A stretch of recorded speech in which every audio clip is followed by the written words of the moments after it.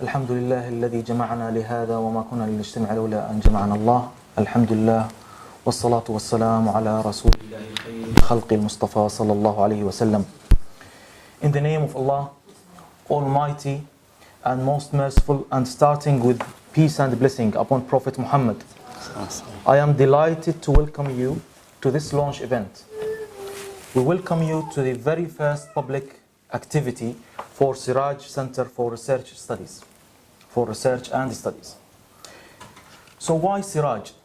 I want to start my short talk with really the question that probably comes in the mind of many people who attend now and who probably will see this on the internet later on.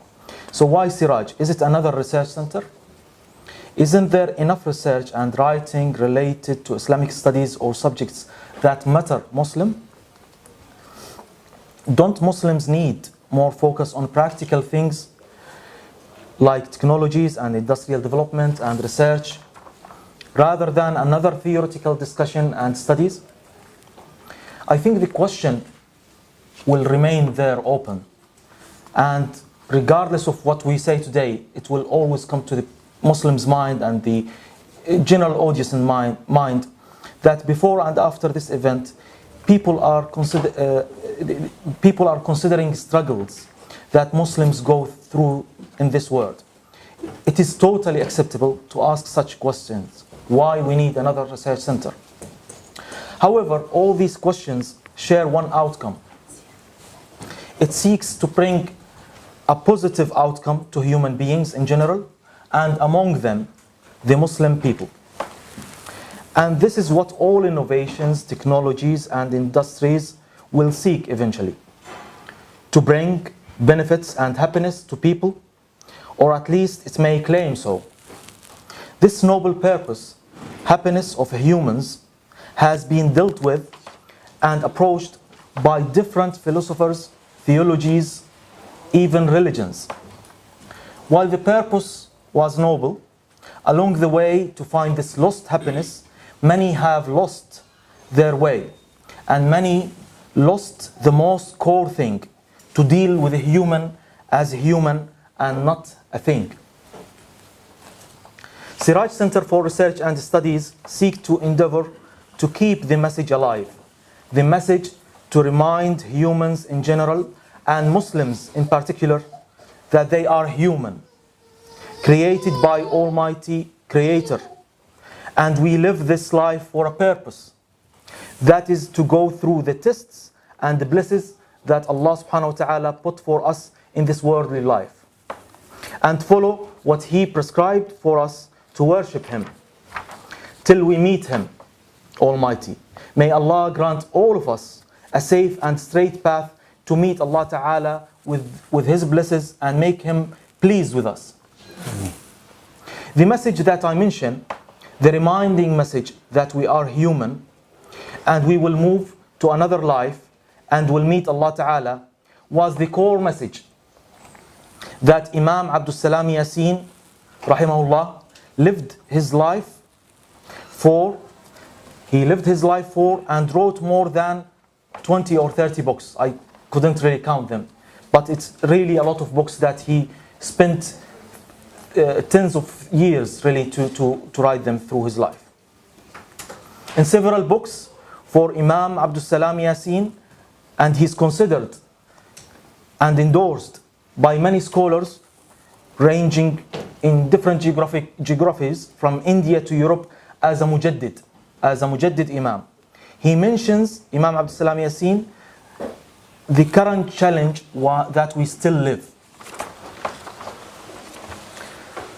He mentioned, and by quote unquote, it is increasingly noticed that a lot of enemies of Islam and friends and believers of Allah would debate on the status that brain, by brain I mean the intellectual mind, that brain takes in the eyes of Islam. The enemies would reject the idea of religion from the standpoint it is contracting the intellectual mind. And friends of Islam and believers would argue with defense that the backwardness is due to Muslims' backward thoughts and practice, and not due to Islam, that praised the intellectual mind and encouraged us to think. The same debate goes on and on for how science has been given a holy status. How science has been given a holy status in the materialistic civilization dominance that admires the outcome of this science. This civilization, as Imam noticed, consider the mind, the brain, as a mere tool that made the intellectual system and the systematic scientific approach. So it again considered the brain as a tool and making and shifting human rather than to be a human as a thing. It is the same civilization of lusts and desires that lost since the time it denied the religion and refused it and denied the presence of a creator of this world. It denied any preference to what the meaning for human existence is. What is his or her mission as a human, and what is the science, and what is his or her destiny after death. In that denial, science and mind takes the first position in the queue of values that become idols. The increasingly loud voice of everything that wants us to forget who we are and where we are going, who we will meet after death, even trying to hide the fact we will die one day. This increasing loudness calls for another voice to remind and shout, reminding that we are human, that we are humans, and we can live in peace and happiness with our own means and give hope to people. So back to the message and the mission of Siraj Center. Siraj Center for Research and Studies is a center that aims to gather these voices of academics and researchers that look to intellectual mind from the right perspective, at least from a different point of view, and put into science and human knowledge that reminder of the purpose why we are humans and where we will go to. Today we will talk about one of the books that show this connection to our destiny. It will look to Muslim woman as a believer and how she sees her role in this world.